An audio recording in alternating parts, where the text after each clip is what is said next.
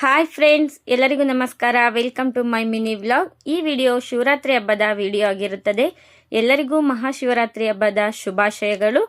ನಾವು ನಮ್ಮನೇಲಿ ಸಿಂಪಲ್ ಆಗಿ ಯಾವ ರೀತಿ ಶಿವರಾತ್ರಿ ಹಬ್ಬನ ಆಚರಣೆ ಮಾಡಿದ್ವಿ ಅಂತ ತಿಳಿಸ್ತಾ ಇದ್ದೀನಿ. ಶಿವರಾತ್ರಿ ಹಬ್ಬಕ್ಕೆ ಬೇಕಾಗಿದ್ದ ಪೂಜೆ ಬೇಕಾಗಿದ್ದ ಹೂವನ್ನೆಲ್ಲ ತಂದು ಪೂಜೆನೆಲ್ಲ ಮುಗಿಸಿ ನೈವೇದ್ಯಕ್ಕೆ ಅಂತ ನಮ್ಮ ಕಡೆ ಅಕ್ಕಿ ತಂಬಿಟ್ಟು, ಕಡಲೆ ತಂಬಿಟ್ಟು ಎಲ್ಲನ ಮಾಡ್ಕೊಂಡಿದ್ವಿ. ಮತ್ತು ನೈವೇದ್ಯಕ್ಕೆ ವಡೆ, ಸ್ವಲ್ಪ ಚಕ್ಲಿ.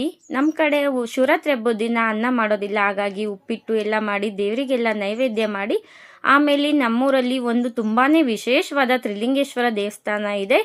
ಪುರಾತನ ಕಾಲದ ವಿಶೇಷವಾದ ತ್ರಿಲಿಂಗೇಶ್ವರ ದೇವಸ್ಥಾನ. ನಾವು ಶಿವರಾತ್ರಿ ಹಬ್ಬದ ದಿನ ಪ್ರತಿ ವರ್ಷನೂ ಅಷ್ಟೇ ಈ ದೇವಸ್ಥಾನಕ್ಕೆ ಮೊದಲು ಹೋಗಿ ಅಲ್ಲಿ ಪೂಜೆನೆಲ್ಲ ಮಾಡಿಸ್ಕೊಂಡು ಆನಂತರ ವೀರಭದ್ರೇಶ್ವರ ದೇವಸ್ಥಾನ, ಆಮೇಲೆ ನಮ್ಮ ಕೆಂಪಮ್ಮ ದೇವಸ್ಥಾನ ಎಲ್ಲ ದೇವಸ್ಥಾನಕ್ಕೂ ಹೋಗಿ ಆ ನಂತರ ಮನೆಗೆ ಬಂದು ದೇವಸ್ಥಾನಕ್ಕೆ ಹೋಗೋಣ ಅಂತ ದೇವರಿಗೆ ನೈವೇದ್ಯ ಎಲ್ಲ ತಗೊಂಡು ದೇವಸ್ಥಾನಕ್ಕೆ ಹೋಗಿ ಅಲ್ಲಿ ಪೂಜೆನೆಲ್ಲ ಮುಗಿಸ್ಕೊಂಡು ದೇವರಿಗೆ ಪೂಜೆ ನೈವೇದ್ಯ ಎಲ್ಲ ಮಾಡಿಕೊಂಡು ಆ ನಂತರ ಮನೆಗೆ ಬಂದ್ವಿ.